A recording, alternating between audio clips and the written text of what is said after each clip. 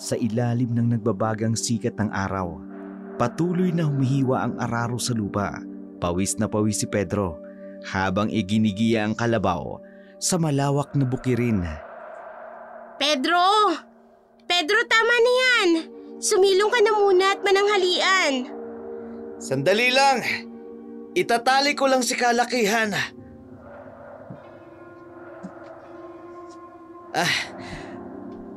Bakit ka ba pumunta rito? Ang tindi ng init. Alam mo namang hindi kita pababayaang magutom. Tara, doon na tayo sa kamalig. Sige. Ay, naku, mainit nga talaga. Siya nga pala. Paborito mo, pritong tilapia at kamatis. Nilagyan ko pa ng panda ng kanin para mas mabango. No, salamat talaga. Alam ko kung paano ako biniyayaan ng Diyos ng ganito kabuting asawa. Huwag kang mag-alala. Magkasama tayong haharap sa hirap at ginhawa. Yan ang pinangako natin sa isa't isa, di ba? Oo nga. Kahit gaano kahirap ang buhay, masaya ako dahil kasama kita. Ang sarap ng luto mo . Parang nawala ang pagod ko. Kumain ka ng marami. Alam kong mahirap ang trabaho mo. Minsan naiisip ko, hanggang kailan kaya tayo ganito? Huwag kang mag-alala, mahal. Darating din ang araw na magkakaroon tayo ng sarili nating lupa para sa ating kinabukasan. Basta magkasama tayo, kaya nating lampasan ang lahat ng pagsubok. Sa kanilang simpleng tanghalian, natagpuan nila ang isang sandali ng kapayapaan. Ang init ng araw sa labas ay natabunan ng init ng kanilang pagmamahalan. Heto, ibinalot ko yung natira. Maaari mo pang baunin yan mamaya.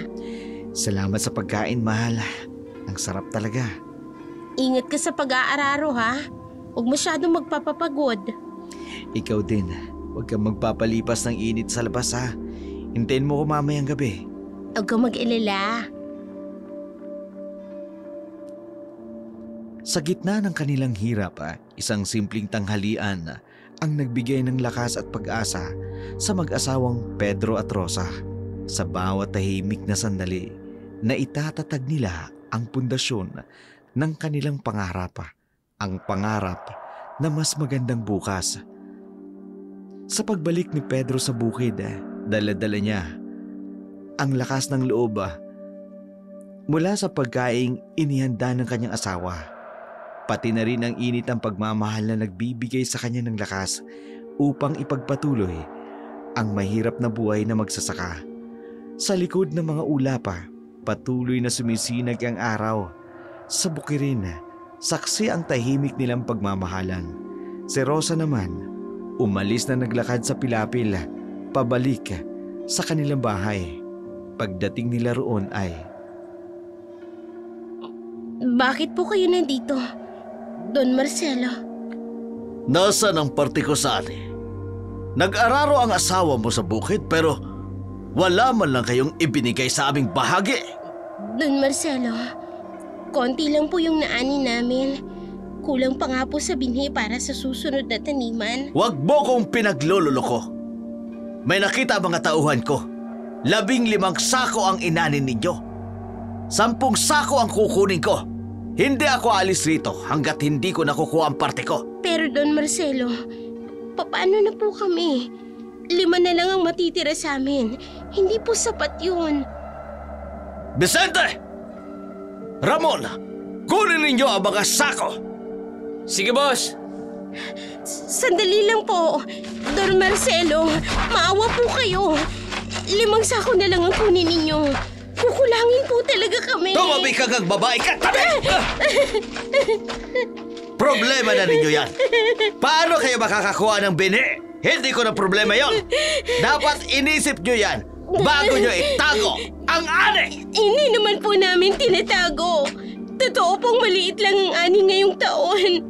Paano na po ang kakainin namin, Don Marcelo? Kayo mga magsasaka, pare-pareho kayo ng dahilan. Kung ayaw ninyo magtrabaho sa aking bukid, marami pang ibang handang magpakahirap kapalit sa inyong lugar. Don Marcelo, pakiusap po. Tapos na ang usapan. Vicente, Ramon, tapusin na yan! Habang pinanunood ni Rosa ang pag-agaw ng kanilang mga ani, bawat sakong isinasakay sa lumang fiera, parang piraso ng kanilang pangarap. Sa di kalayuan, naririnig pa rin ang kaluskos ng mga dahon ng mga palay sa bukid na parabang nakikiramay sa lungkot ng nangyari. Naiwan si Rosa na hawak ang palad niyang pinampahid sa mga luha. Iniisip kung paano sasabihin kay Pedro ang naganap. Kinahapunan, pag-uwi ni Pedro sa kanila, dumiretso agad ito sa kamalig at napansin ang mga nawawalang sako ng palay. Agad nitong tinawag ang asawa. Rosa! Rosa! Nasaan ang mga palay? Pedro, mahal, Anong nangyari? pumunta dito si Don Marcelo kanina. Kinuha niya ang 10 sako. Hindi ko na napigilan. 10 sako? 15 lang ang inani natin. Paano na tayo nito? Pinilit ko namang makiusap. Nagmakaawa ako. Pero wala siyang pakialam. Para siyang walang puso. Hindi niya alam ang hirap ng pag-aararo sa ilalim ng araw. Hindi niya naramdaman ang sakit ng kamay sa likod natin. Katiwala lang siya pero kung umasta siya. Pinagbantaan niya pa tayong papalitan. Kung hindi tayo susunod, ano pa bang magagawa natin, mahal? Sino yan?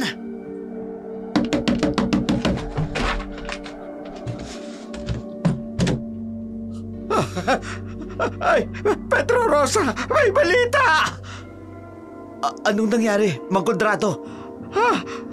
May aswang daw sa kabilang baryo. Kagabi, may isang mag-asawa na sinalakay. Kaya mag-iingat kayo. Magsara kayo maigil ang pinto. Baka dito sumulpat ang aswang. Diyos ko po. Sige na, aalis na ako. Kailangan ko pag balaan ang iba. Kahit natatakot ako, pupuntahan ko sila. Kung hindi lang masama. Kung hindi lang talaga masama. Pero minsan iniisip ko na sana mga aswang na yan, sila na lang sana ang kumuha kay Don Marcelo para matapos na ang paghihirap natin. Pedro, huwag mong sabihin yan. Rosa. Pero, naiintindihan kita. Habang nangingibabaw ang takot sa baryo, patuloy na sumisidi ang galit at hinanakit ng mga magsasaka. Ngunit sa dilim ng gabi, sino nga ba ang kinatatakutan? Ang aswang o ang mismong kasamaan ng tao? Sa labas, unti-unting lumulubog ang araw, nagdadala ng dilim sa paryo. Ang hanging dumadaan sa kamalig ay parang nagdadala ng bulong at takot at pangamba. Sa loob ng bahay ni na Pedro at Rosa, ang 5 sakong natira ay parang tumatawa sa kanilang kawalang kalayaan o kakayahang labanan ang hustisya.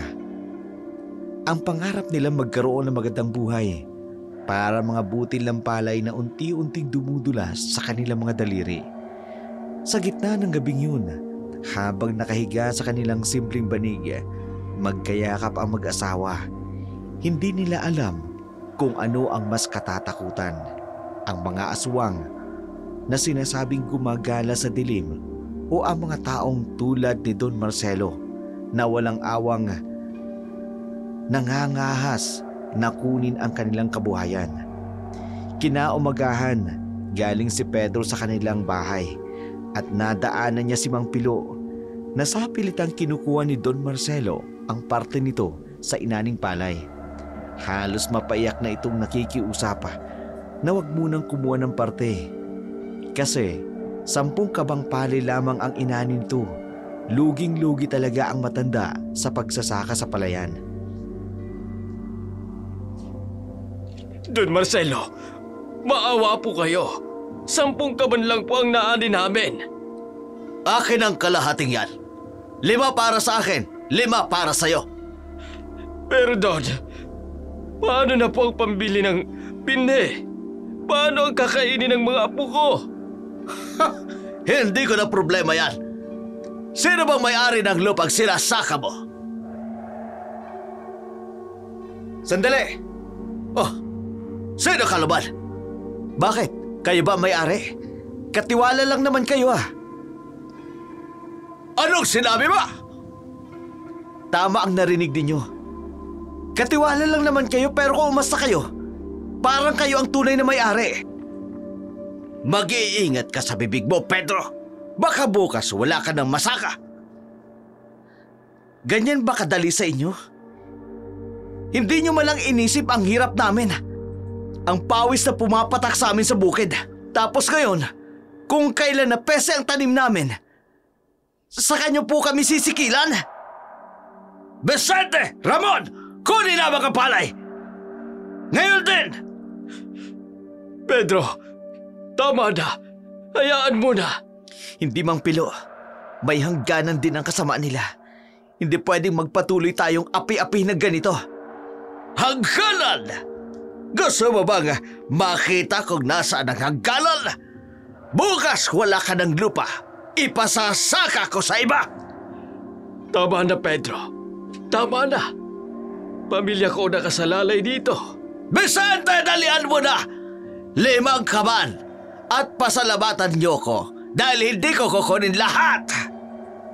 Sa gitna ng bukid, tumatayo ang araw bilang saksi sa isa na namang pang-aapi. Ang hanging dumadaan na nagdadala ng hikbi at buntong hininga ng mga magsasakang walang magawa kundi tanggapin ang kanilang kapalaran. Ang mga palay na kanilang pinagpawisan unti-unting nawawala sa kanilang paningin kasabay ng pagkawala ng dignidad at pag-asa. Sa mga sandaling yun, ang galit sa mga mata ni Pedro ay sumasalamin sa sama ng loob ng buong baryo. Ang mga luhang tumutulo sa mata ni Mang Pilo para bang mga patak ng ulang nagbabadya ng isang bagyo. Isang bagyo ng pagbabago na hindi mapipigilan ang darating. Tingnan mo sila, Mang Pilo. Para silang mga lobo na nangunguha ng pagkain ng iba. Ang hirap, Pedro. Ang hirap.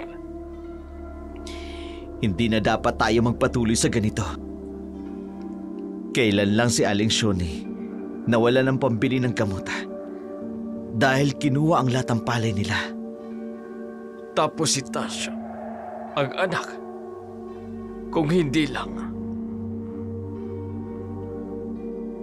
Kaya nga po may paraan pa, Mang Pilo. Sa DAR tayo pupunta. Sa DAR? Department of Agrarian Reform? Oo. Hindi legal ang ginagawa niya. Walang resibo. Sapilitan pa. Katiwala lang naman siya pero kung umasta. Pero, malakas si Don Marcelo. Kaibigan niya ang mga pulis, ang mga opisyal. Pero mas malakas ang batas. At mas marami tayo kung magkakaisa tayong lahat. Paano kung palayasin tayo sa lupang sinasaka natin? Hindi niyo magagawa yan ng basta-basta. May karapatan tayo. Pupulongin natin si Mang Berto, si Mang Tasyo, pati si Mang Timyong. Magpaplano tayo. Si Kapitan. Alam na natin ang sagot dyan. Hawak na siya ng matandang yun. Kaya direkta tayo sa DAR. Natatakot ako, Pedro. Pero nas nakakatakot na makitang nagugutom ang mga apo ko. Tama po kayo. Hanggang kailan tayo magtitiis? Hanggang kailan tayo mananahimik? Ang mga alikabok na iniwan ng sasakyan ni Don Marcelo unti-unting lumalapag sa lupa tulad ng mga pangarap na matagal nang nabaon sa kahirapan. Ngunit sa mga sandaling yun, sa gitna ng mainit na tanghali, 2 magsasakay nagtatanim ng binhi ng pag-asa. Isang binhing maaaring tumubo at maging simula ng kanilang pakikibaka para sa katarungan. Ang hangin ay patuloy na humihipo sa mga dahon ng mga palay, saksi sa isang usapang magbabago ng takbo ng kanilang buhay. Sa malayo, ang araw ay matindi pa rin ang sikat, tulad ng determinasyong namumuo sa mga puso ng mga magsasakang sawang-sawa na sa pang-aapi. Bukas, Mampilo. Bukas sisimulan na natin. Kakausapin ko muna si Rosa. Sige, Pedro. May pag-asa pa pala talaga. Nagpatuloy si Pedro sa kanyang bukirin. Patuloy na iniraro ang palayan ng isang hasyendero na pinamamahalaan ni Don Marcelo. Nagpatuloy siya sa kanyang pang-araw-araw na buhay. Samantala, si Don Marcelo naman sa kanyang mansyon, kausap ang kanyang asawang si Rodora. Tuwang-tuwa ito nang makitang maraming perang pinagbilhan ng mga palay na kinuha niya sa palayan ng kapatid nitong si Don Rafael. 1, 2, 3, 50,000. Mga hangal! 50,000. Ang dali nilang utuin.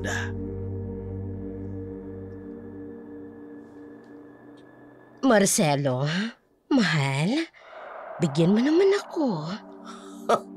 Naku, Rodora. Alam ko na ang bibig mong yan. Nasa na nga pala yung deed of assignment na pinirmahan ni Rafael bago siya namatay. Ano bang sinasabi mo? Ang deed, yun ang dapat na ipamahagi mo sa mga magsasaka. Ang sabi mo, itinago mo sa kahadiyero. Bakit mo ba tinatanong yan? May bala ka bang mag-blackmail sa akin? Hindi. Pero kung hindi mo ko bibigyan ng pera, baka may makaalam. Kaya pala, nagpapakasaya-saya ka rito na may halong kasamaan pala ang loob mo. Marcelo, nagbibiro lang naman ako. Nagbibiro! Ginagamit mo pa yung deed. Hindi ka na nahiya. Sos, bigyan mo na lang ako ng pera. Kakalimutan ko ang lahat. Ni Singkong Duleng, hindi kita bibigyan. Kaya pala ang sweet-sweet mo. May motibo ka. Ganyan ka naman. Asawa mo ko. Bakit ka nagdadamot sa akin? Teka nga sandali. Asawa nga ba kita o kaaway? Pinagbantaan mo ko tungkol sa deed. Lumayas ka sa harapan ko. Marcelo naman. Sorry na. Sorry! Ipagkakanulo mo ko sa pera. Lumayas ka! Lumabas ka! Sa loob ng malaking mansyon, ang lihim na matagal nang itinatago ay sumabog, katulad ng bulkan. Ang magkarelasyong dating magkasabwat sa pandaraya, ngayon ay nagkagalit dahil sa kasakiman sa pera. Mga traitor! Lahat sila traitor! Sa labas ng mansyon, ang hangin ay dumadaan na may dalang pangamba. Ang dokumentong nagtatago ng katotohanan ay nananatiling nakabaon sa kahadiyero, habang ang mga mag-asawang dating magkasabwat ngayon ay naghiwalay ng kanilang sariling kasakiman. Walang makaaalama. Walang dapat na makaalama. Kahit sino pa man yan. Alam mo, Rodora, ang mga magsasaka na yun, akala nila may pag-asa sila na may mag-ari ng lupa. Sa hukay man ako mapadpad. Hindi ko ibibigay ang deed na yun. Ang gabi ay patuloy na lumalalim sa bawat pagpatak ng alak sa kanyang baso. Lalong lumalalim din ang kanilang kasalanan. Sa labas ng mansyon, ang hangin ay dumadaan na tila nagdadala ng mga lihim na katotohanan. Naghihintay lamang na matutuklasan ng ibang tao. Sa bahay naman ni Mang Pilo, 10 magsasaka ang nagtipon-tipon sa liwanag ng gasera. Makikita ang muka ng mga pagod na pagod ngunit determinadong mga magsasaka. Pinaunlakan nila ang alok ni Pedro na lumaban sa katiwala ng kanilang lupang sinasaka. Nais ng mga ito na lumaban sa mapangahas o paghaharas na ginagawa ni Don Marcelo sa kanilang mga aning palay. Mga kapatid, alam kong takot tayong lahat. Pero mas nakatatakot ang kinabukasan ng ating mga anak. Kung patuloy tayong mananahimik. May punto ka, Pedro. Pero paano kung magalit si Don Marcelo? Kaya nga po tayong magkakaisa. Alam niyo ba? Sa Dar sinabi nila sa akin, kahit sino pa ang magmay-ari o tagapangasiwa ng lupa, hindi nila tayo pwedeng taratuhin na parang hayop. Ganun ang ginagawa niya sa atin. Kaya palaw na para matapos ang kasamaan niya at panggigipit sa atin. Pero Pedro, wala tayong mga papeles. Yun ang dapat nating questionin. Saan nga ba ang papeles? 10 taon na tayong nagsasaka dito. May karapatan na tayong malaman yun. At isa pa, alam niyo ba? Labag sa batas ang sapilitang pagkuha ng ani na walang resibo. Yun ang ginagawa ni Don Marcelo, ang pagkuha ng parte nang walang patunay. Kaya pala ayaw niya tayong bigyan ng resibo. Tama.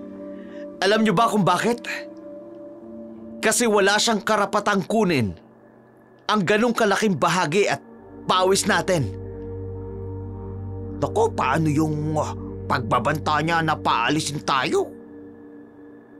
Sa ilalim ng batas ng Agricultural Land Reform Code, hindi niya pwedeng gawin yan. May prosesong dapat. Hindi pwedeng basta-basta lamang tayo paalisin.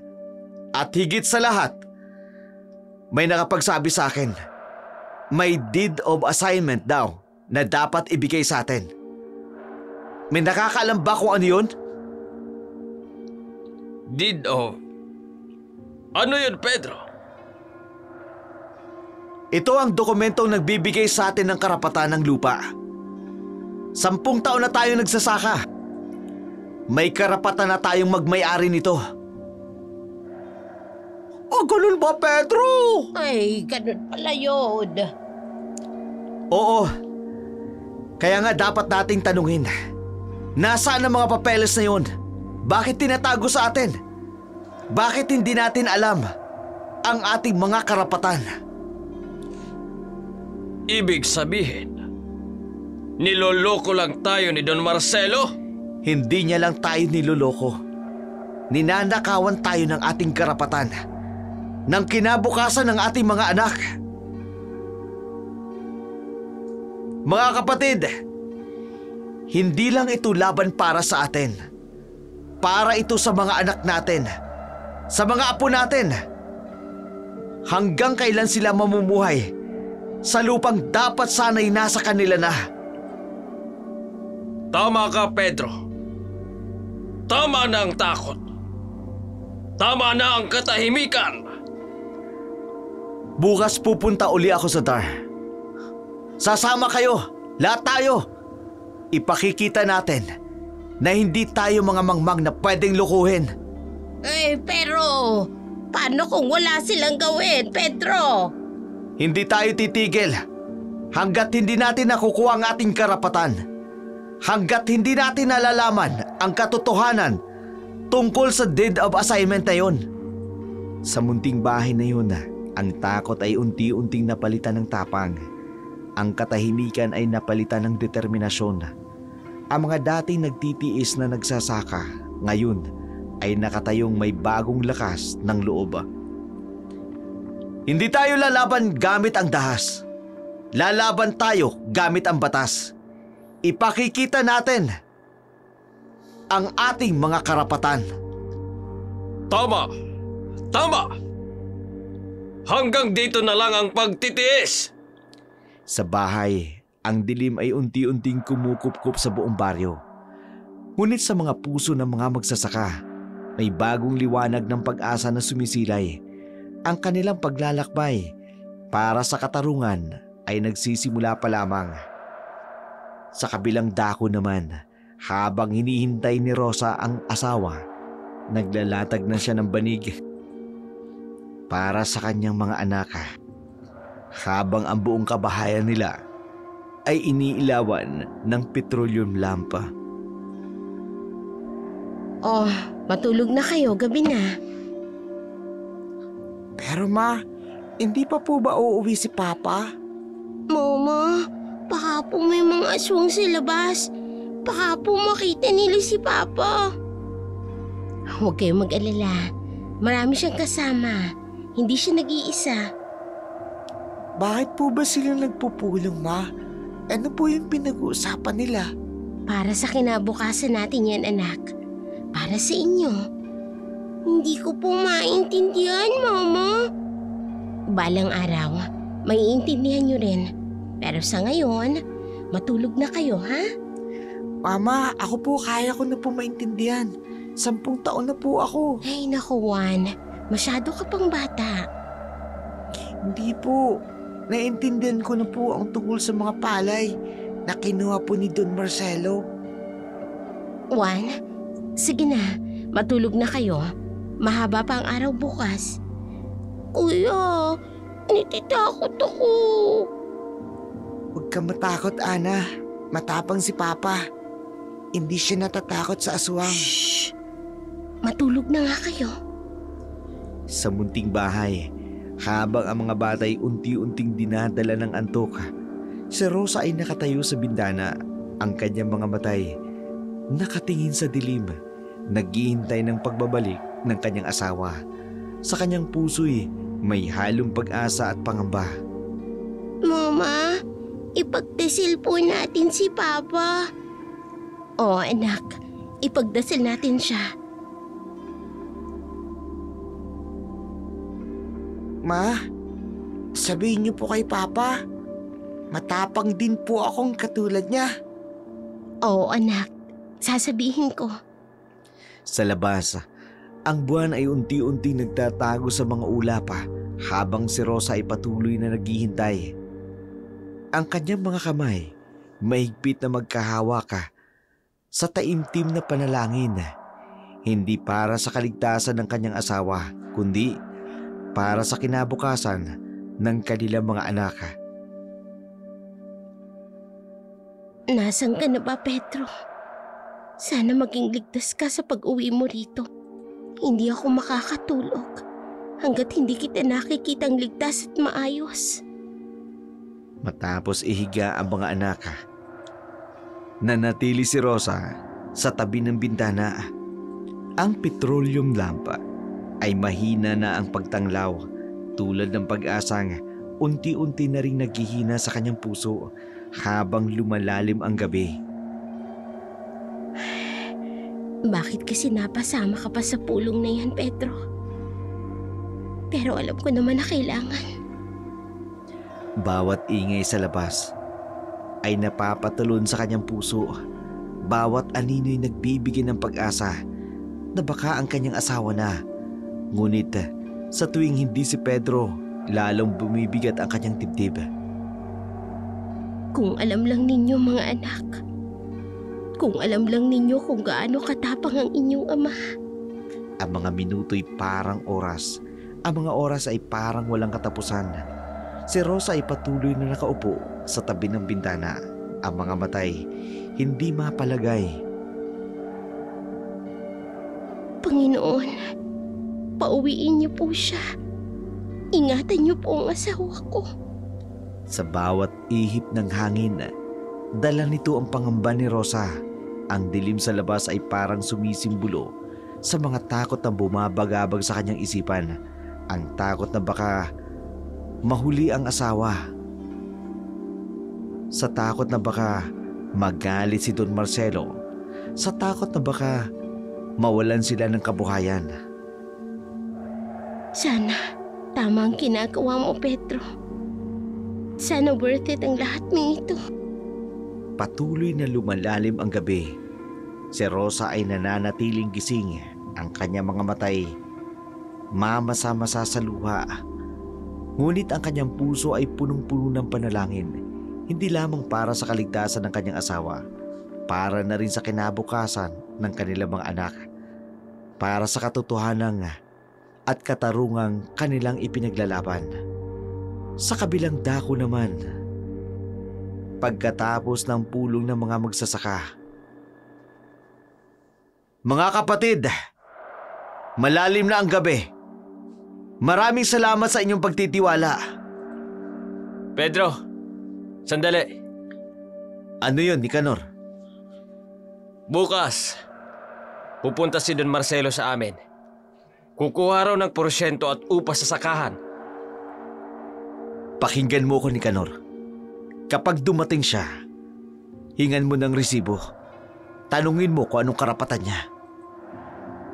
Pero Pedro, tama si Pedro. 2 taon nang walang balita kay Don Rafael. 2 taon na tayong pinahihirapan. Sabihin mo sa kanya, kay Don Marcelo, ipakita ka mo ang papel, resibo ng mga kinuha niyong palay. Natatakot ako sa mangyayari. Kasama mo kami, Nicanor. Hindi ka nag-iisa. Tama. Kung gagawin niya sa'yo ang ginawa niya sa amin, sasama kami sa'yo bukas. Talaga? Hindi niyo ako pababayaan? Hindi tayo maghihiwa-hiwalay sa laban na ito. Kung iisa lang naman ang kalaban natin, dapat iisa rin ang ating hanay. Bukas, Nicanor, doon magsisimula ang ating paglaban. At tandaan mo, ang batas ay kakampi natin. Hindi tayo mangmang para apin lamang ng matandang yun. Sige. Sige, Pedro. Gagawin ko. Sa mga huling sandali ng kanilang pagpupulong, isang bagong tapang ang nabuo. Ang dating alalang si Nicanor, ngayon ay may bagong lakas ng loob. Dala ang pagkakaisa ng kanyang mga kasamang magsasaka. Maaga pa tayo bukas. Kailangan na nating magpahinga. Ingat kayo sa pag-uwi. May mga aswang daw. Mas nakatatakot pa rin ang mga taong nagpapanggap na kaibigan ng mga magsasaka. Sa gitna ng gabing mahimbing, ang mga magsasakay naghiwa-hiwalay nang may bagong pag-asa sa kanilang puso. Ang dating takot napalitan ng determinasyon. Ang dating pangamba naging lakas ng loob. Nicanor, tandaan mo bukas hindi ka nag-iisa. Pauwi na sana sila nang biglang makarinig sila ng aswang na sumasalakay sa baryo nila. Narinig niyo yun? Parang... Diyos ko! Sa bahay ni Nicanor! May nakita ako! May itim na anino! Maghiwa-hiwalay tayo! Dali! Nakita ko papunta sa likod ng bahay ni Nicanor! Mag-iingat kayo! Huwag masyadong maghiwa-hiwalay!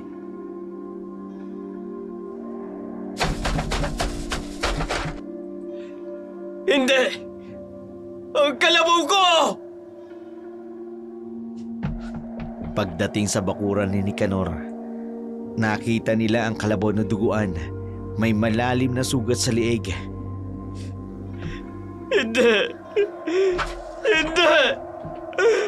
Ang tanging puhunan ko! May bakas ng dugo papuntang gubat. At may damit na punit. Para kay Marina! Marina! Dali! May pumunta sa gubat! May pumunta sa ilog! Hanapin natin! Sige! Doon tayo! Lalabas ka! Kung saan ka man nakatago!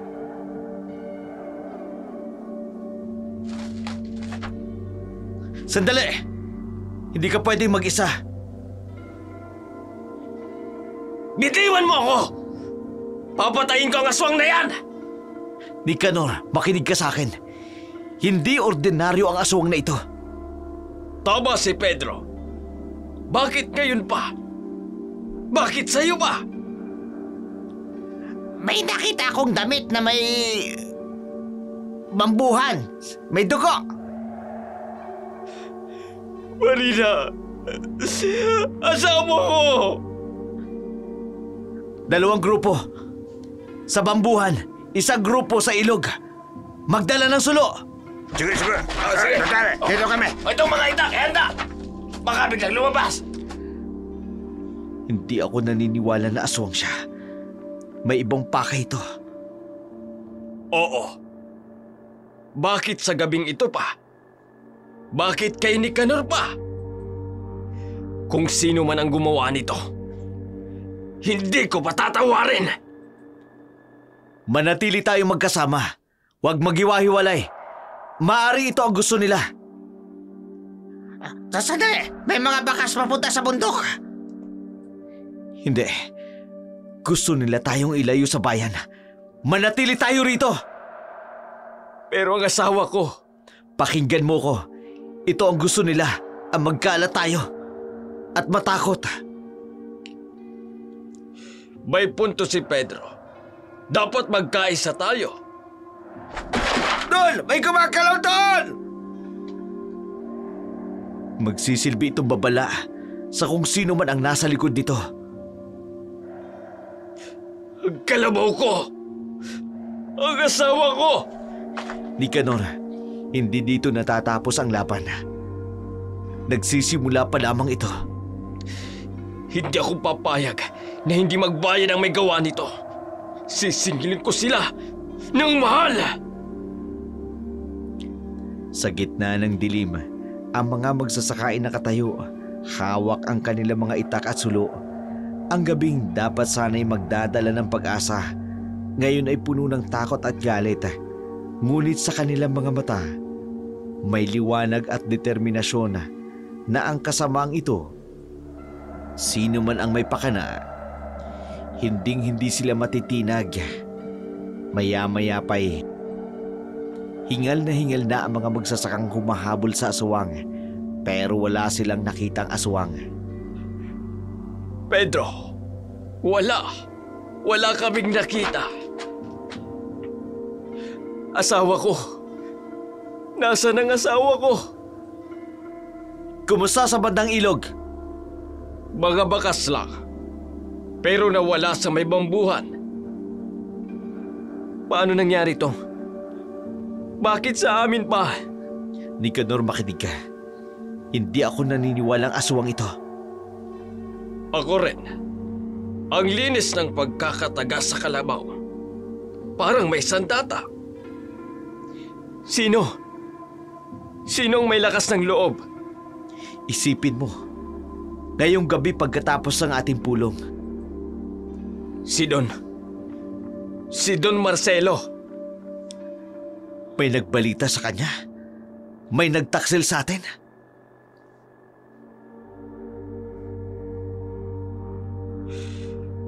Papatayin ko sila! Hindi Nicanor. Hindi dahas ang sasagot. May ibang paraan. Sa gitna ng gabing yun, ang tatlong magsasaka na natili magkasama, ang mga puso'y puno ng galit at pigati.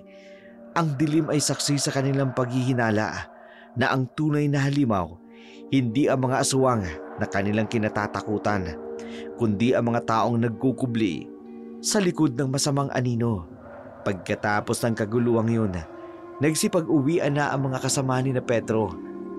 Naiwan si Nicanor na luhaan at naghihinagpis sa pagkawala ng kanyang asawa. Halos hindi rin siya makatulog ng gabing yun. Sa bahay naman ni na Rosa. Pedro, salamat at nakauwi ka na. Pasensya na kung natagalan ako. May aswang daw. Narinig ko ang mga sigawan. Hindi aswang yun, Rosa. Paano mong nasabi? May dumaan dito kaninang tanod. Pinagsabihan kami na huwag lalabas ng bahay. At sinabi ang sinapit ng kalabaw ni Nicanor at ang pagkawala ng kanyang asawa. Nararamdaman ko. May isang taong utak ng latang ito. May sistema ang ginagawa. Paano mo nasabi?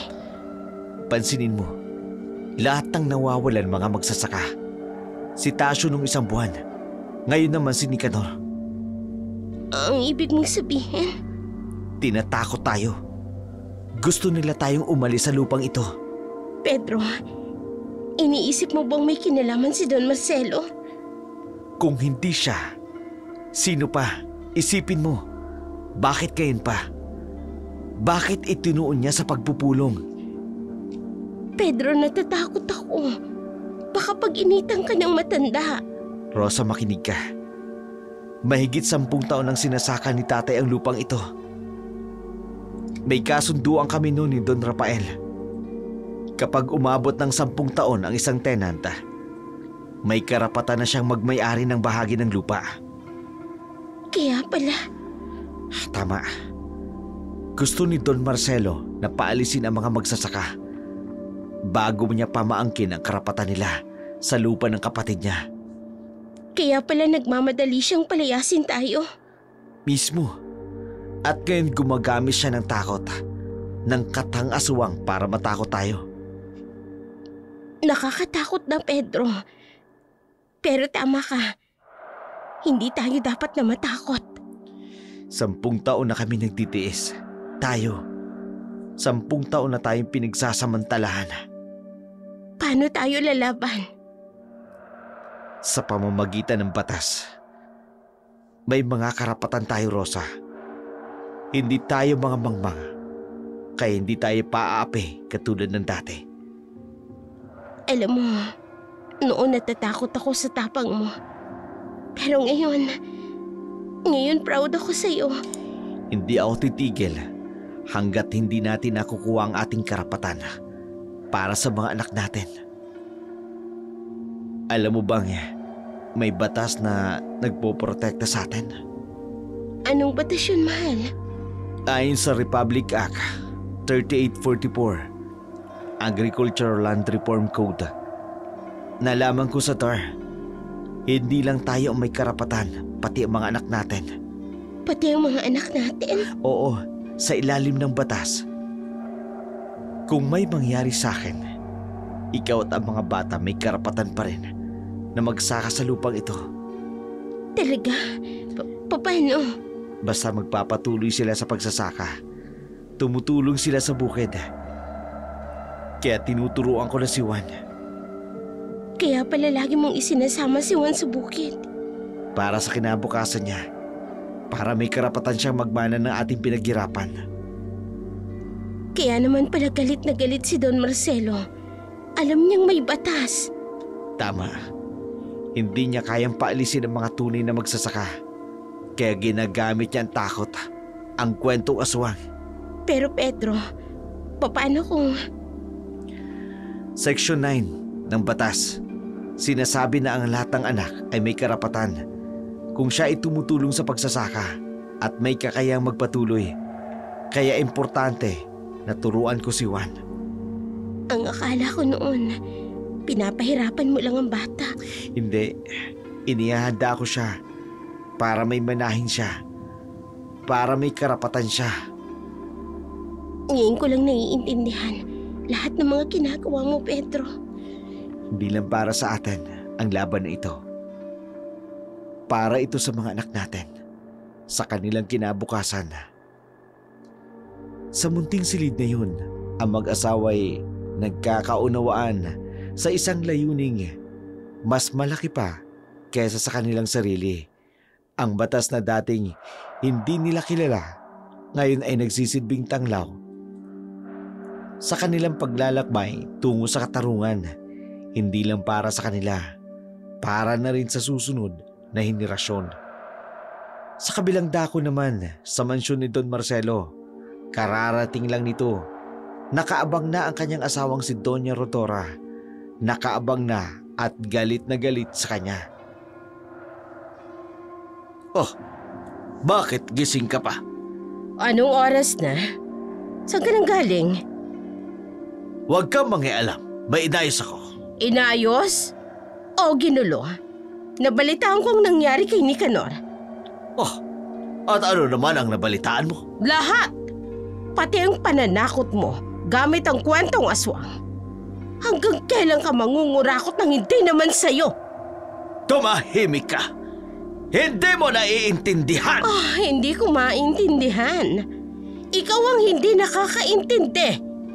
Sa labis ng kasakiman mo, sarili mo na ang niloloko mo, Marcelo. Sabi ko, tumahimik ka! Ano? Sasapakin mo ko katulad ng pagbabanta mo sa mga magsasaka? Tandaan mo, yung lupang kinakamkam mo, hindi sa'yo yan. Binigay sa akin ni Rafael ang karapatan. Karapatan o tiwala? Tingnan mo ang sarili mo. Ginagamit mo ang pangalan ng patay mong kapatid para mang-api. Ikaw na nagsasalita dahil hindi kita binigyan ng pera. Pera, yan lang ang alam mo. Alam mo ba kung bakit hindi ako makatulog? Dahil natatakot ako para sa'yo, Marcelo. Natatakot? Para saan? Para sa kaluluwa mo.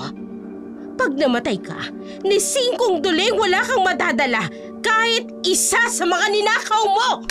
Sinabi ko na tumahimik ka! Sige, saktan mo ako. Ipakita mo kung gaano ka kasama. Katulad ng ginagawa mo sa mga magsasaka. Sabi ko tumahimik ka!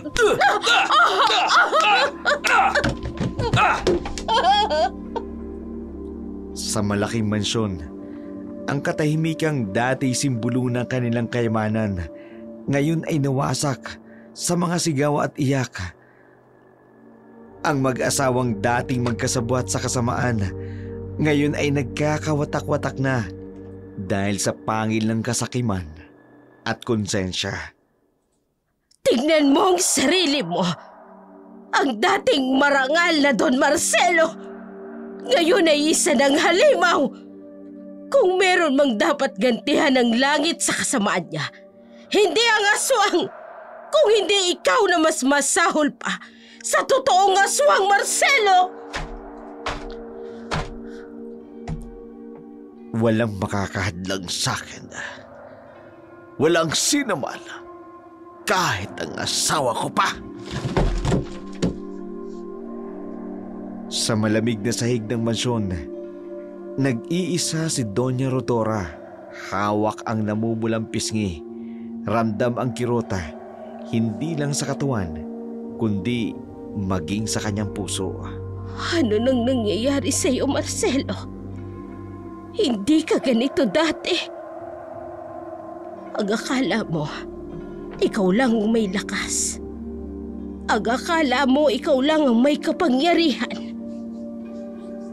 Kung kinakailangan kong isuplong ka sa mga otoridad, kung kinakailangan kong ilabas ang katotohanan tungkol sa deed of assignment, kung kinakailangan kong ipagkanulo ka, gagawin ko. Makita lang kitang magbago. Matigil lang ang kasamaan mo. Sa liwanag ng buwan, ang babaeng dating takot sa anino ng kanyang asawa, unti-unting nagigising. Ang mga luha sa kanyang mga mata, hindi na luha ng takot, kundi ng determinasyong wakasan ang kasamaan. Kahit pa ang kasamaang yun, nagmumula sa taong minsan niyang minahal. Hindi ako ang dating Rodora na sunod-sunuran sa iyo. Tingnan mo, Marcelo. Tingnan mo kung anong ginawa mo sa sarili mo. Sa ating dalawa. Ang gabing yun, nagbabadya ng pagbabago. Habang ang mansyon ay nalulunod sa mga luwang dulot ng karahasan. At ang tahanan ni na Pedro nag-uumapaw sa pag-asa. Ang bukang liwayway na dahan-dahang sumisilip nagdadala ng bagong pag-asa. Isang araw na magpapasiklab ng apoy ng paglaban. Nasaan ang party ko? Bakit hindi pa naililipat sa truck? Don Marcelo, pakiusap po. Nawawala pa ang asawa ko. Patay ang kalabaw ko. At party ko ngayon ang pinag-uusapan. Vicente! Ramon! Kunin ang mga sako ng palay. Maawa po kayo. Wala akong pantanim sa susunod. Hindi ko na problema yan. Kung hindi mo kaya magtrabaho, umalis ka na. Marami pang ibang magsasaka ang gusto magsaka niyan. Hindi pwede! Huwag niyong kunin! Subukan niyong kunin ang mga palay ko. Magkakasubukan tayong lahat dito. Ibalik mo ang palay ko! Ah! Ganyan matapang ka ngayon. Sige! Subukan mong gumalaw! Kunin mo! Subukan mong kunin. Magkakamatayan tayo dito! Mga walang utang na loob! Kung ayaw mo sa sistema ko, lumayas ka! Marami pa naghihintay sa lupang ito! Kahit asawa ko nawawala, wala kayong pakialam! Tama! Wala akong pakialam sa problema mo! Akin lang yan ang party ko! Walang puso! Walang konsensya! Konsensya! Negosyo ito! Kukunin ko ang party ko sa ayaw mo at sa gusto! E di umalis ka! Bigyan mo kami ng resibo! Kasulatan! Resibo! Para saan? Para sa mga taong pwede nang umalis anytime! Hindi ako nagbibigay ng resibo sa mga squatter!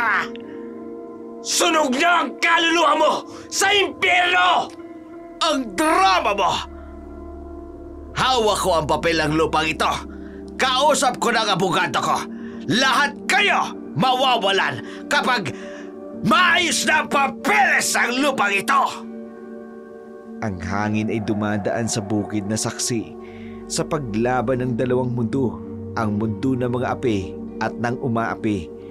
Sa bawat tawa ni Don Marcelo, isang sugat ang nabubuksan sa puso ni Nicanor, at sa bawat butil ng palay na kinukuha, isang bahagi ng kanyang dignidad ang unti-unting nawawala. Maya-maya pa'y biglang tumigil ang truck na sinasakyan nila. Nakaabang na ang ilang magsasaka sa kanilang daraanan. May sukbit itong itak, matalim ang mga titig. Don Marcelo! Ang mga magsasaka!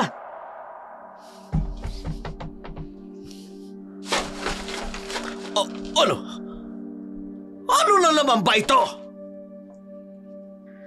Ibaba mo ang mga palay! Lumayas kayo sa daraanan ko!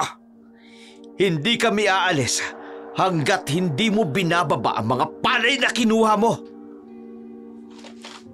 Nagkakamali ka ng binangga mo, Pedro! Ikaw ang nagkakamali. Tingnan mo ang paligid mo. Hindi ka nag-iisa.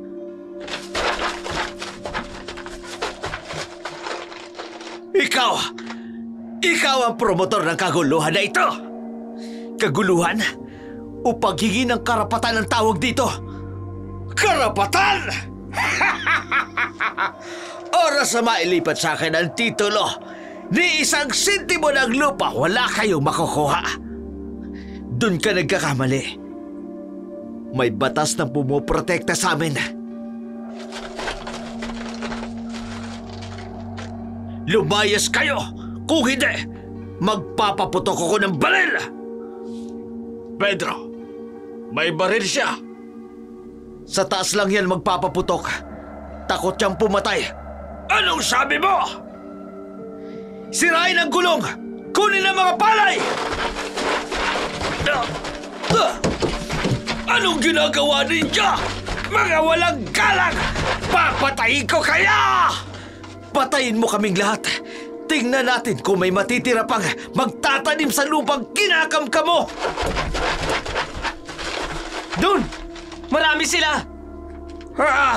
Pedro! Tandaan mo ito. Hindi dito matatapos ang lahat! Tama na! Hindi dito matatapos hanggat di mo binibigay ang aming karapatan! Mga rebelde! Mga walang utang na loob! Utang na loob sa pagnanakaw mo, sa pang-aapi mo! Nakikita nyo! Makikita nyo lahat kayo magsisisi! Umalis ka na at huwag ka nang babalik dito!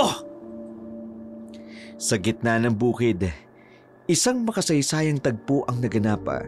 Ang dating mga magsasakang takot at tahimik, ngayon ay nakatayong magkasama at nagkakaisa at determinadong ipaglaban ang kanilang karapatan. Hindi ko kayo patatahimikin! Hindi! Mga kapatid, ito na ang simula. Ipakita natin na hindi tayo magpapaapi sa matandang yun. Pedro! Tandaan mo ang araw na ito! Maskarado ka na sa akin! Kayong lahat! Mga walang utang na loob! Makikita nyo! Pagsisisihan nyo ang araw na ito! Wala kaming kinatatakutan, matanda! Ganon!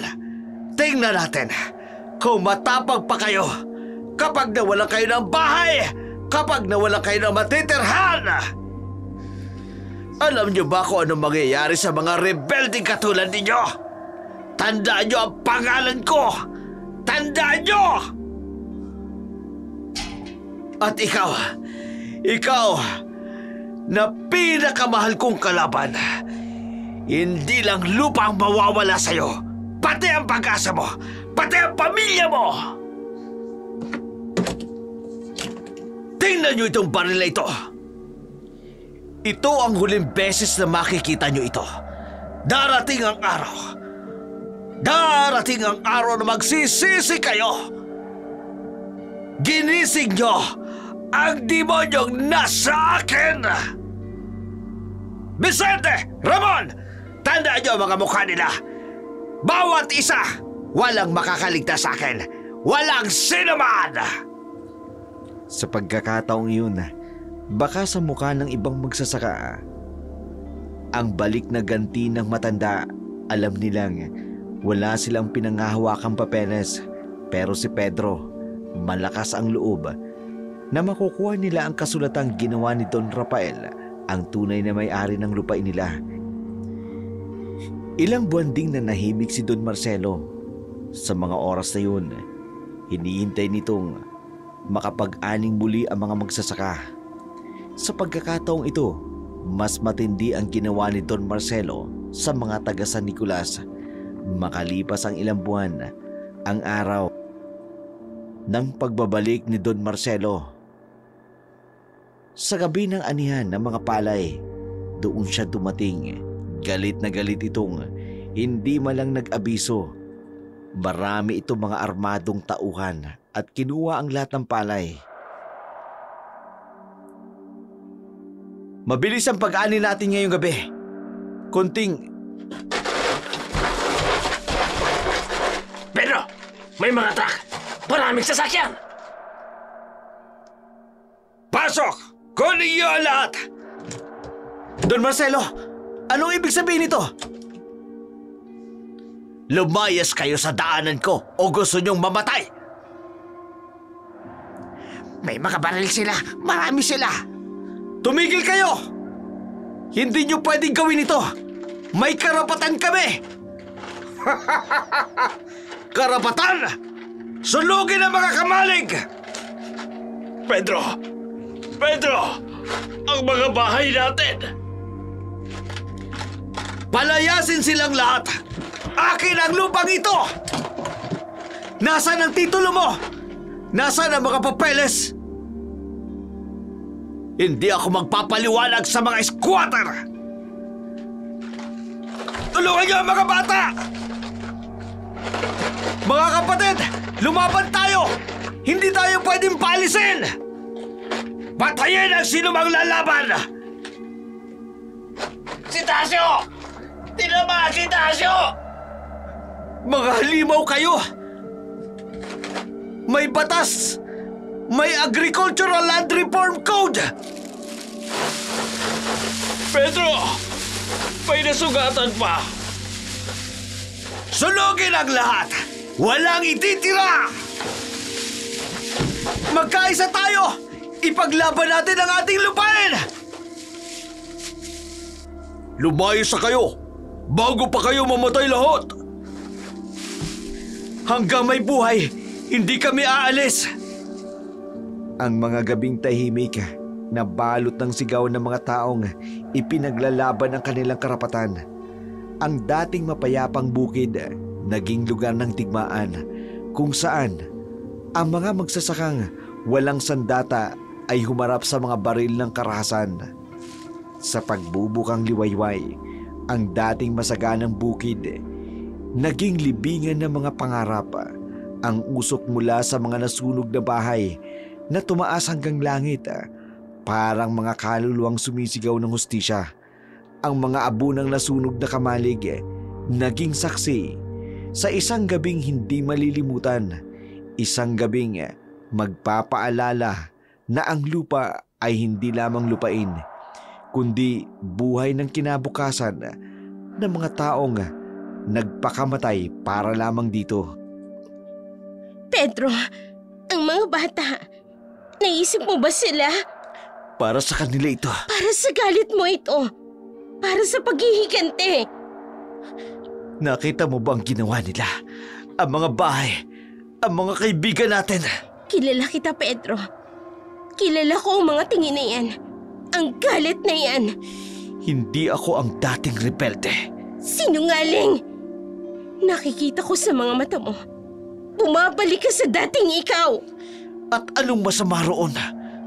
Noon, alam nila kung sino ako. Oo.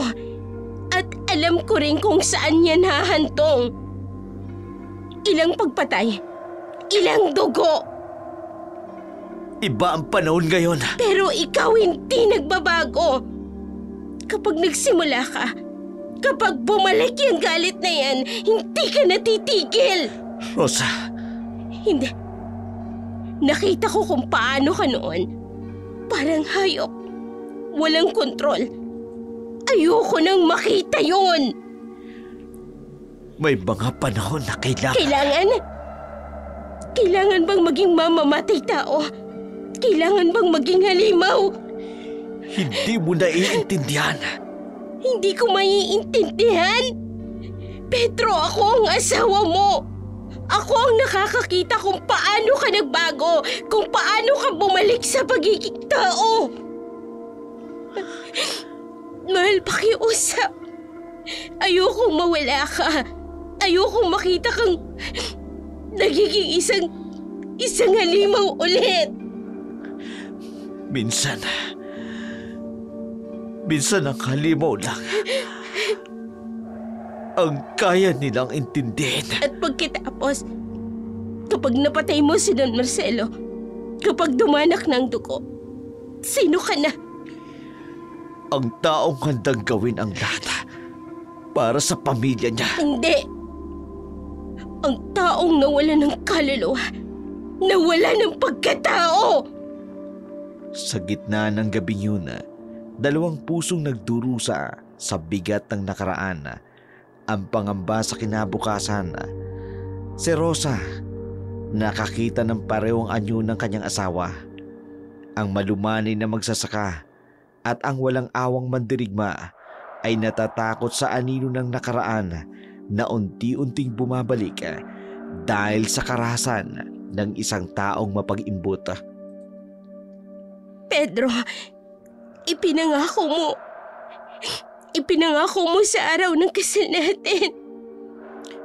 Minsan, may mga pangakong kailangang masira para sa mas malaking dahilan. Hinaing ng mga magsasakang kinawawa. Sa kabila ng kanilang mga hinaing, meron pa mga taong gustong tumulong sa kanya.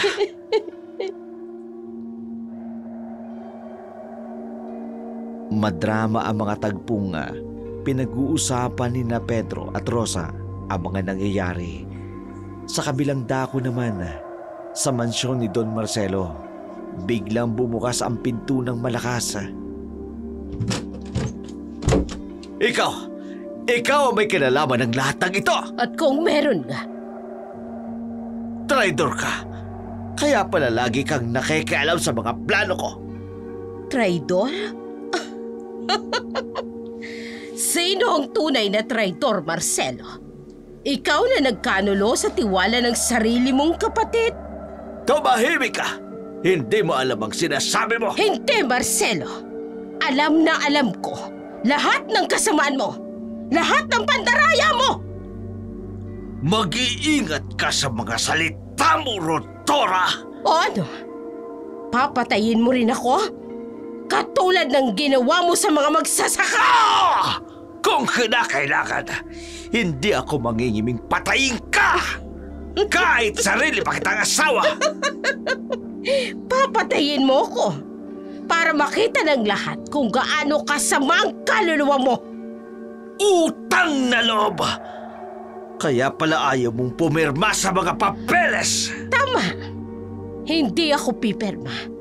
Hindi ako magiging kasabwat ng kasamaan mo. Ah! Oras na mapatunayan ko na ikaw ang nagbigay ng impormasyon sa mga magsasaka na yon. Ano? Anong gagawin mo? Palalayasin mo ko? Papatayin mo ko? Tama! At sisiguraduhin ko, mabagal at masakit. Hindi ako natatakot sa'yo. Hindi na ako ang dating asawa mong sunod-sunuran lang sa'yo. Makikita natin kung gaano ka katapang ngayon. Hindi mo alam na ang tunay na tapang ay hindi sa dami ng mga taong napatay mo, kung hindi sa paninindigan. At anong paninindigan mo? Ang pagtataksil? Hindi. Ang paglaban sa kasamaan. Kahit ang kasamaang yan ay galing sa sarili ko pang asawa. Huling babala ko ito. Tumigil ka sa kung ano man pinaplano mo. Hindi ako titigil, Marcelo. Hanggat hindi mo na pagbabayaran ng lahat ng mga kasalanan mo. Magsama kayo ng mga magsasaka mo. Mamamatay kayong lahat. Siguro. Pero hindi ako mamamatay ng duwag. Hindi katulad mo. Nabubuhay sa takot at kasamaan. Hindi na magkasundo ang mag-asawang Don Marcelo at Doña Rodora. Ibang Rodora na ang kasama niya ngayon. Isang Rodorang hindi na takot kundi palaban. Ang dating tahimik na si Doña Rodora, nakatayo, handang ipaglaban ang kanyang paninindigan kahit ito pa ay manghahulugan ng kanyang kamatayan. Natatakot ka ba, Marcelo? Takot sa mga paslupang yun? Hindi. Sa kung ano ang kaya nilang gawin. Nakalimutan mo na ba ang nangyari noon? Wala akong pakialam sa nakaraan. Pero dapat kang matakot. Alam mo kung kaninong lahi sila, hindi ba? Tumahimik ka! Hindi mo ba alam na may kasunduan si Rafael sa kanila? Agreement for land transfer. Wala akong pakialam sa mga papel na yan. 10 taon. 10 taon na silang nagsasaka. Alam mo ang kahulugan nun. Ako ang kapatid ni Rafael, kaya akin ang lupa na yun. Kapatid. Pero saan ang kasulatan? Nasaan ang deed of assignment na ibinigay ni Rafael? Paano mong nalaman yan? May mga bagay akong alam na hindi mo aakalain. Alam kong itinago mo ang mga papeles.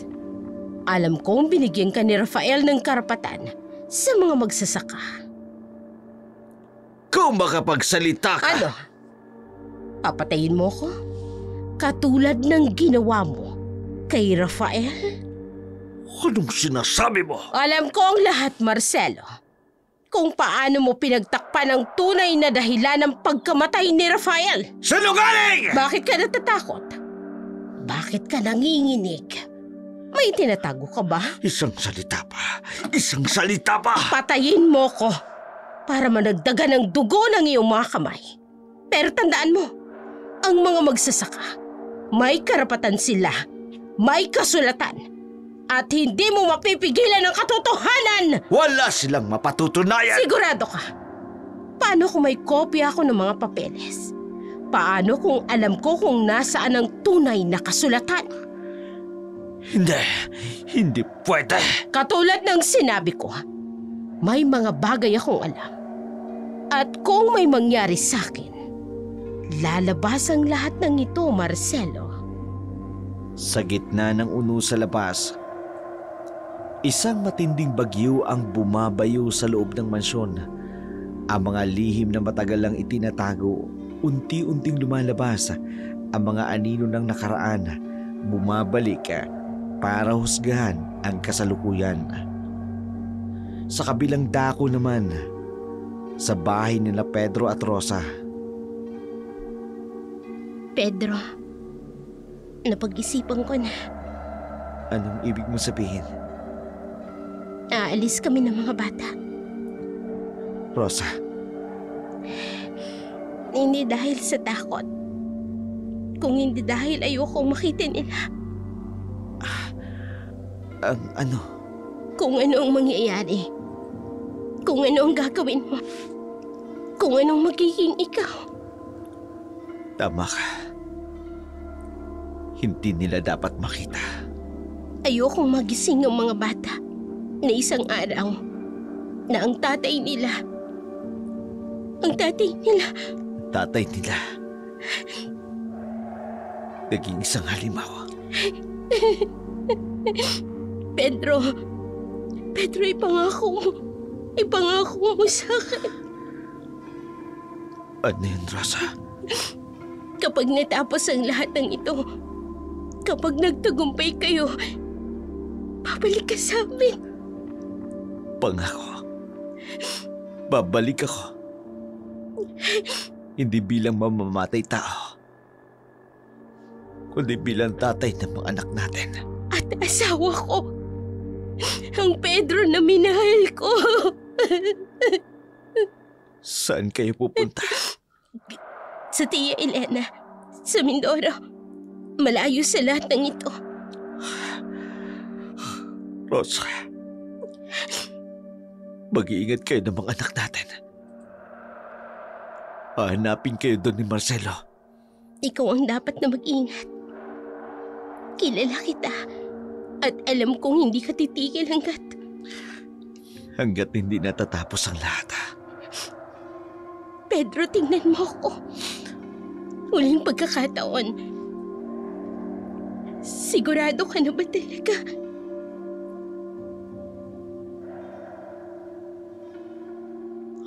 Para sa kinabukasan natin. Para sa mga anak natin. At para sa iyo. Ano ang matitira para sa iyo? Ang pag-asa na balang araw maiintindihan nila. Mahal kita. Kahit na anong mangyari. Kahit na anong maging ikaw. At yan ang magbabalik sa atin sa tao. Ang pagmamahal mo. Aalis na kami bukas. Bago magliwanag. Sige. Hanapin ko kayo kapag tapos na. Pangako. Sa ngalan ng ating pagmamahalan, mahal ko kayo ng mga anak natin. Kailangan ko lang tuldukan ang kasamaan ng mapag-imbot na si Don Marcelo. Sa dilim ng gabing yun, dalawang pusong nagmamahalan ay maghihiwalay. Hindi dahil sa wala na ang pagmamahal, kundi dahil minsan ang pagmamahal nangangailangan ng sakripisyo. Si Rosa, dala ang mga anak, aalis at dala ang panalangin, pero ang kanyang iiwan ay magbabalik pa rin ng buong buo. Hindi para sa pisikal, kundi pati sa kaluluwa. Rodora! Rodora, nasaan ka? Lumabas ka! Alam ko may kinalaman ka sa mga peste na yon! Halos maganda basag ang mga gamit sa loob ng mansyon sa pagwawala ni Don Marcelo habang hinahanap nito ang kanyang asawa. Don Marcelo, wala po siya sa kwarto. Ano? Maghanap kayo. Hindi siya pwedeng makatakas.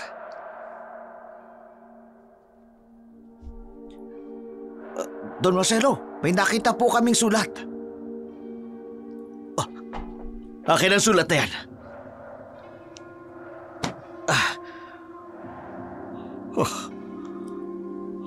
Traitor! Traitor ka, Rodora! Traitor! Don Marcelo, ano po?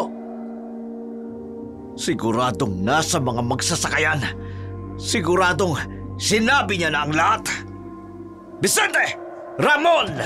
Hanapin ninyo ang walang hiyang babae na yun! Pati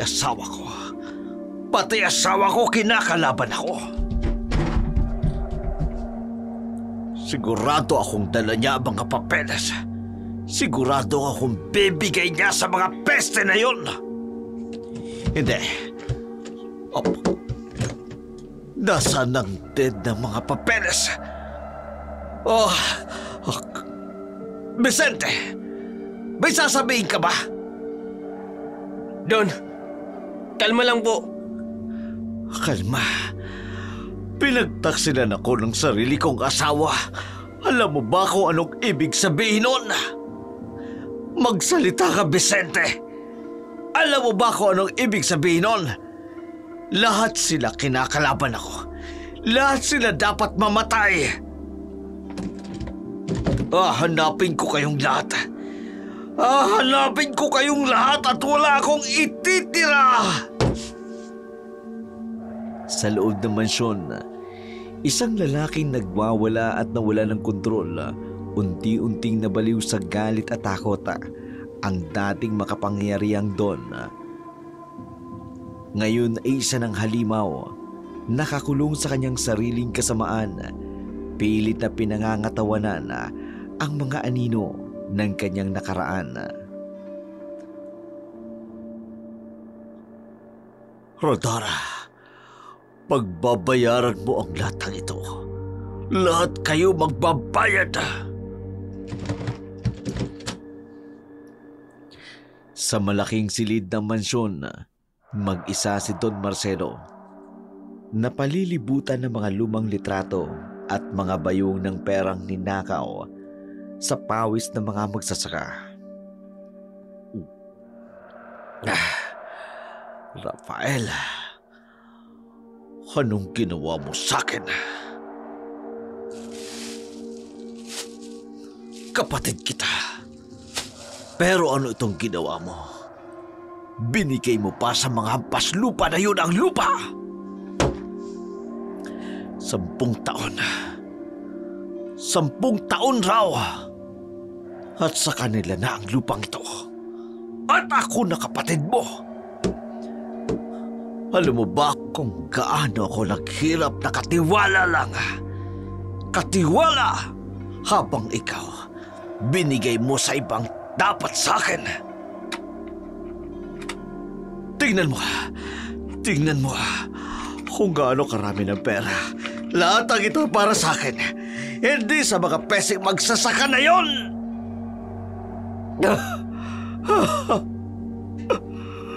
Bakit? Bakit, Rafael?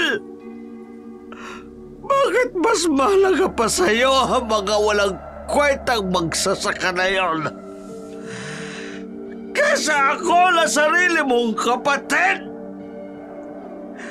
Kaya kailangan kong gawin ito. Kailangan kong burahin ang lahat ng kabutihan mo.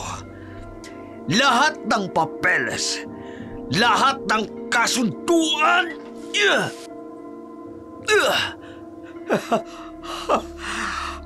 Tingnan mo ngayon. Tingnan mo kung ano mangyayari sa mga binamahal mong magsasaka. Lahat sila magdurusa. Lahat sila magdurusa dahil sa'yo. Dahil pinili mo sila.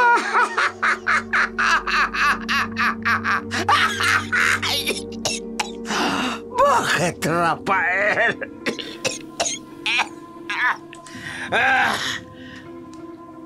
Ang matinding galit at malalim na hinanakit ni Don Marcelo sa yumaong kapatid ang naging ugat ng kanyang walang hanggang pagkamuhi at kasakiman. Sa halip na isakatuparan ang huling habilin ng kanyang kapatid na ipamahagi ang lupain sa mga magsasaka, kinuha niya at inangkin ang lahat ng ito nang walang pakundangan. Hindi niya lubos maunawaan at hindi niya lubos matanggap na siya bilang kapatid ni Don Rafael ay hindi binigyan ng anumang bahagi ng napakalaking kayamanan nito. Labis niyang inasahan ang mana sapagkat matagal siyang nagsilbi bilang tagapangasiwa ng sakahan. Bagamat mahirap at mabigat ang sitwasyon ni Don Marcelo, patuloy pa rin siyang dinadala ng kanyang konsensya, binabagabag ng mga nangyari. Alam niyang darating ang araw, malalaman ng mga magsasaka ang katotohanan tungkol sa kanilang minana mula kay Don Rafael. Ang kaisipang ito ang nagdulot sa kanya ng matinding pagkabalisa at pangamba sa mga susunod na mangyayari. Unti-unting napalitan ang dating maayos at maaliwalas na muka ng Don. Hindi man siya ang totoong halimaw, pero nagmistula naman itong mas masahol pa sa halimaw dahil sa kanyang kalagayan. Habang naririnig ang mga dagundong at ang malalakas na ulan na tila sumasabay sa tensyon na pinagdadaanan ng sakim na si Don Marcelo, kasabay ng malakas na kulog at kidlata, ay Hindi ka katarungan. Hindi. Kaya ngayon, ako ang magbibigay ng hustisya. Hustisya para sa akin. At ngayon, mawawala ang lahat ng binuo mo. Lahat ng pinaghirapan mo. Dahil hindi mo ko pinili. Hindi mo ko minahal bilang kapatid. kasabay ng mga rumaragas ang ulan sa labas ay ang pagsiklab ng nagngangalit na apoy at pagkabasag ng mga basong pinagbalingan ni Don Marcelo. Isang marahas na pagpapakita ng kanyang di maapulang hinanakit sa yumaong kapatid. Hindi niya napagtanto ng mga sandaling yun, isang mas malagim pa at mas matinding bagyo ng paghihiganti ang paparating, handang lumamon ng kanyang kasamaan. Habang siya ay nakahandusay sa sahig, lugmok sa matinding kalasingan, unti-unting bumibigay ang kanyang malinaw na pag-iisip sa mga dambuhalang anino ng kanyang konsensya.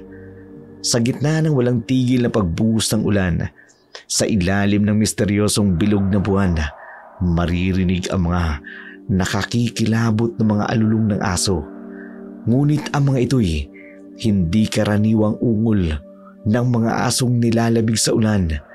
Ang kanilang mga alulong may kakaibang himig, tila nagtataglay ng matinding galit at hinagbis ng mga taong uhaw sa katarungan. Ang mga nakababalisang alulong na ito parang babala, isang makapangyarihang hudyat ng napipintong sakuna sa buhay ni Don Marcelo. Sa bawat alulong, tila may kasamang pangako ng isang malaking kaguluhang magpapabago ng kanyang mundo magpakailanman. Narinig niyo yun? Narinig niyo ba ang mga aso? Don Marcelo, masyadong maingay ang mga aso.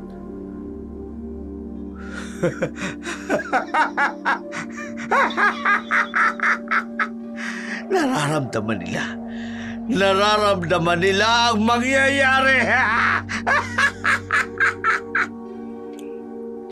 Don Ramon, hindi po magandang sinyalis ito. Sinyalis? Alam niyo kung anong sinyalis ito? Sinyalis ito ng kamatayan! Mga pesing yun!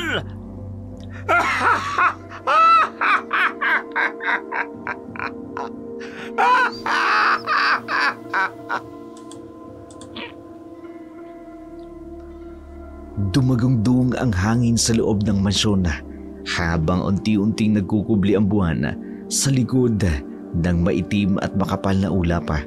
Subalit ang magdamag nitong liwanag patuloy na tumatago sa mga bintana ng mansyon. Lumiliwanag sa mukha ni Don Marcelo na ngayon ay unti-unting nawawasak ang kahinaan ng pag-iisip sa bigat ng mga nangyayari. Tila naglalaho na ang kanyang katinuan. Ang mga nakakikilabot ng mga alulong ng mga asong patuloy na lumalakas. Papalapit ng papalapit sa mansyon, ngunit wala ng epekto ang mga ito kay Don Marcelo na nakaluhod sa kanyang sariling kalituhan. Hindi ang mga banta ng kamatayan ang kanyang kinatatakutan, kundi ang nagbabantang pagbagsak at pagkawala ng lahat ng bagay na kinasisihan niya ngayon. Ang mga ari-ariang kanyang inangkin sa pamamagitan ng pandaraya. Maya-maya pa'y nayanig ang katahimikan ng gabi. Maririnig ang mga malalakas na kalabog sa iba't ibang sulok ng mansyon, kasabay ng mga nakapangingilabot na hiyawan ng mga tauhan ni Don Marcelo at ang malagim na tunog ng kanilang mga katawang bumagsak sa sahig. Ang dating tahimik na gabi na balot ng mga sigaw at takot at pangamba na sumisimbolo sa nalalapit na pagbagsak ng kanyang matagal nang itinayong kaharian ng kasakiman. Malulong kayo! Alulong pa! Umalulong pa kayo! Dahil bukas, ibang klaseng alulong ang maririnig ninyo! Sa bawat alulong, sa bawat ihip ng hangin ng mansyon na para bang nabubuhay, isang testigo sa pagkawala ng isip ng lalaking dating tinawag na Don, ngayon ay isa ng halimaw na naghihintay ng pagkakataong maghasik ng lagim. Ramon! Para siyang... Oo nga parang baliw. Sinong baliw? Baliw bang matuturing? Ang tao naghahanap ng katarungan! Ang gabing yun ay patuloy sa pagbibigay ng babala. Ang kabilugan ng buwan, ang alulong ng mga aso, at ang hanging umuungol. Lahat ay nagkukwento ng isang trahedya na naghihintay na magaganapa.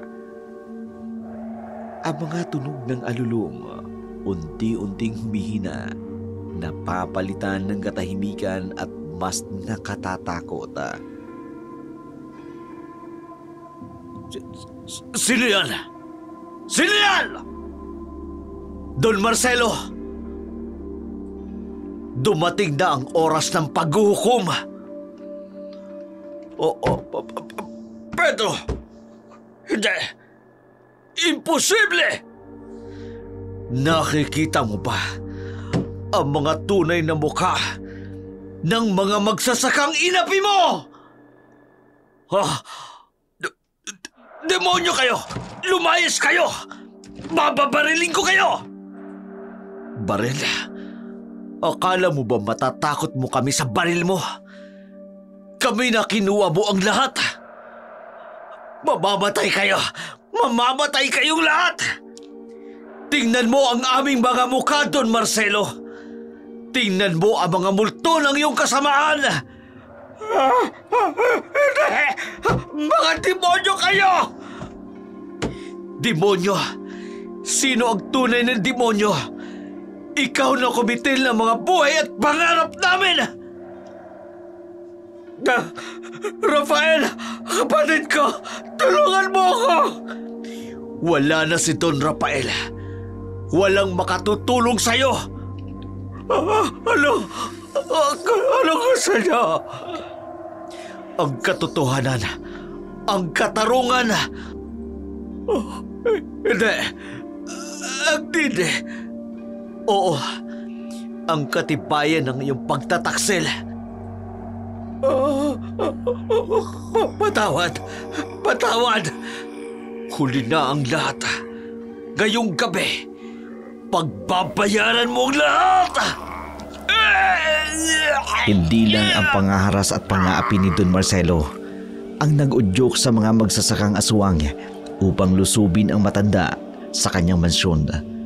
Sunod-sunod na putok ng mga baril na umalingaw-ngaw sa mansyon, hiyaw ng kanyang mga tauhan na nanlalaban sa mga aswang. Ang dating matapang at mapagmataas na si Don Marcelo, mistulang basang sisiw na naghahangad ng pagkalinga, nagmamakaawa na sagipin sa kanyang kaaba-abang kalagayan. Kinuha ng mga aswang ang mga kasulatang pinakaiingatan ni Don Marcelo. Nagkaroon rin ang mga ito ng ideya sa tunay na karapatan sa lupang kanilang sinasaka. Ganon din, binawi ng mga aswang ang lahat ng perang kinamkam sa kanila. Walang itinira ang mga aswang. Binawi nila ang lahat ng kinuha ni Don Marcelo sa kanila. Pilit pa sanang manlalaban si Don Marcelo, pero sinugatan ito ng isang aswang na nilabanan niya. Kaya nag-iwan ng matinding marka sa mukha ni Don Marcelo ng gabing yun. Matapos ang mga pangyayaring yun, umalis na ang mga aswang na mga magsasakang inapi niya. Kinaumagahan, natagpo ang tahimik si Don Marcelo sa isang gilid ng kanyang mansyon. Hindi makausap ng matino. Maging ang mga pulis, walang makuwang testamento mula sa kanya tungkol sa mga bangkay na kanyang mga tauhan na naging tapat sa kanya. Buhay mang maituturing, pero tuluyan na itong nawala sa kanyang katinuan. Sa kanyang mga kamay, maigpit ang hawak sa lumang deed of assignment, ang katibayan ng kanyang pagtataksil sa sariling kapatid at sa mga magsasaka. Si Pedro naman, sinundan ang kanyang mag-iina sa Mindoro, ayon na rin sa kanyang pangako. Nasusunduin niya ito pagkatapos ng kaguluhang mangyayari. Pedro, ikaw nga ba? Rosa, Pedro, mahal ko. Tapos na ang lahat. Pedro, Rosa, patawad sa lahat. Doña Rodora, kung hindi dahil sa akin, kung nagsalita lang ako ng mas maaga, hindi sana nangyari ang lahat ng ito. Wala kayong kasalanan. Ginawa niyo lang ang tama. Eto ang tunay ng deed of assignment. Kayo talagang dapat na may mag-ari ng lupang ito. Si Rafael, bago siya namatay. Kaya pala. Rosa, tapos na ang dilim. Hindi na babalik ang dating ako. Pangako, Pedro. Pangako. Ang Pedro na dating kilala mo, ang Pedro na mahal mo, siya na lang ako magpakailanman. O sige, aalis na ako. Magpapakalayo-layo ako para magsimula ng bagong buhay. Salamat. Salamat po sa lahat. Ang lupang ito ay para sa lahat. Para sa mga anak natin. Para sa kinabukasan ng nakararami. Papa! Papa! Papa! Mga anak ko. Mga anak. Papa, patawad kung kinakailangan kong maging ibang tao. Pero ngayon, kumpleto na tayo. Papa, salamat. Nagbalik kayo. Masayang-masaya ang mag-anak sa bagong kabanata ng kanilang buhay. Bumalik sila sa dating tahanan, sa sakahan na kanilang minahal at inalagaan sa loob ng mahabang panahon, ang lupang matagal nilang inaasam at inaasahang mapa sa kanila. Ayon na rin sa kasunduan ng tunay na may-ari na si Don Rafael. Bilang pagtubos sa mabibigat na kasalanan ng kanyang asawa, buong pusong tumulong si Doña Rodora upang maibalik sa kanila sa mga tenant ang mga lupang ipinangako sa kanila. Ang mga lupang ito na dating kinuha at inangkin ng kanyang asawang si Don Marcelo na ngayon ay nakakulong sa isang mental hospital. Ito ang naging kaparusahan ng kanyang walang hanggang kasakiman sa kayamanan at sa labis niyang pagkauhaw sa materyal na mga bagay. Sa paglipas ng mga araw, linggo, buwan at mga taon, patuloy na namuhay ng mapayapa at masaya ang mag-anak bilang mga magsasaka. Taas noong pinili ni Pedro ang magpatuloy sa pagsasaka. Taglay niya ang matatag na prinsipyo sa buhay. Walang makakain ang ating mga kababayan kung walang magpapatuloy ng mahalagang tungkulin ng pagtatanim ng palay. Ang kanyang desisyon ay naging inspirasyon ng maraming mga magsasaka sa kanilang lugar at naging simbolo ng pag-asa at pagbabago. Papa, tingnan mo, may bagong sisiw na yung manok natin. Pa, natuto na po ako mag-araro katulad mo. Daan-daan lamang anak ha, may oras pa tayo. Kumain na muna tayo, mainit pa ang sabaw. Alam mo Rosa, hindi ko inakalang magiging ganito tayo kasaya. Dahil nagbalik ka sa tunay mong pagkatao. Pa, kwento ka naman po ulit tungkol sa mga aswang. Hindi na anak, ang mga kwentong yun ay dapat nang kalimutan. Mas maganda ang kwento ng ating pamilya ngayon. Sa ilalim ng puno ng mangga, ang pamilyang dating hiwalay ngayon ay nagsasalo-salo sa hapag. Ang dating takot sa dilim, napalitan ng tawanan at kwentuhan. Si Pedro, na minsan kinain ng dilim, ngayon ay nagdiningning sa liwanag ng pag-ibig ng kanyang pamilya. Mga anak, tandaan ninyo, ang tunay na lakas, hindi sa dahas, kundi sa pagmamahal. At sa pagpapatawad sa sarili. Ang mga sugat na nilika ng kasakiman ng isang tao, unti-unti nang napagagaling. Hindi dahil sa simpleng paglimot, kundi dahil ang kanilang natutunan sa buhay. Ang tunay na pagpapatawad ay isang proseso. Isang prosesong nagdudulot ng kalayaan sa puso at isipan. Hindi nangangahulugang kailangang kalimutan ang nakaraan. Ang paglimot ay natural na bunga lamang ng tunay na dalisay na pagpapatawad.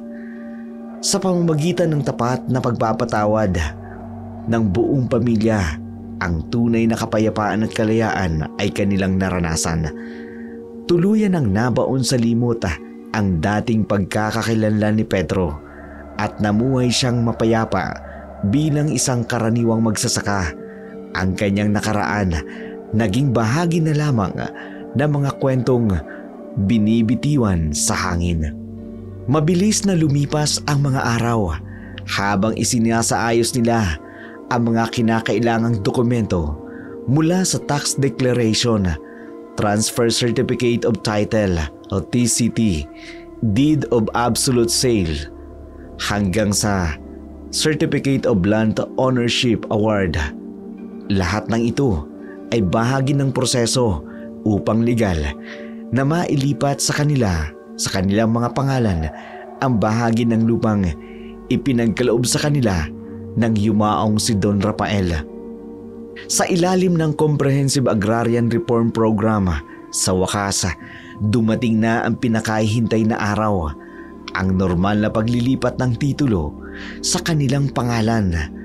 Sa harap ng mga kinatawan ng Department of Agrarian Reform, tinanggap nila ang kanilang Certificate of Land Ownership Award, ang tagumpay ng kanilang mahabang paghihintay at matyagang pagsasaka. Tunay nga, bumubuhos ang mga biyaya sa mga taong may dalisay na puso at malinis na kalooban. Ang kani-kanilang kwento naging patunay na ang pagiging matapat at masipag na magsasaka may gantimpala. Ang legal na pagmamay-ari ng lupa na kanilang pinagpaguran ay mapapasa kanila na sa mga oras na yun. Ito na po ang mga titulo. Kayo na po ang legal na may-ari ng lupang ito. Mga kapatid, dumating na rin ang araw na ito. Salamat sa iyo, Pedro. Kung hindi dahil sa iyo, titulo! Sa atin na ang lupang ito! Congratulations po. Bawat pamilya ay may kanya-kanyang bahagi ng lupa ayon po sa Agreement for Lands Transfer. Kung buhay lang sana ang mga ninuno natin, nakita sana nila ito. Nakita nila tayo, Pampilo. At ngayon, tayo na ang magpapamana nito sa ating mga anak.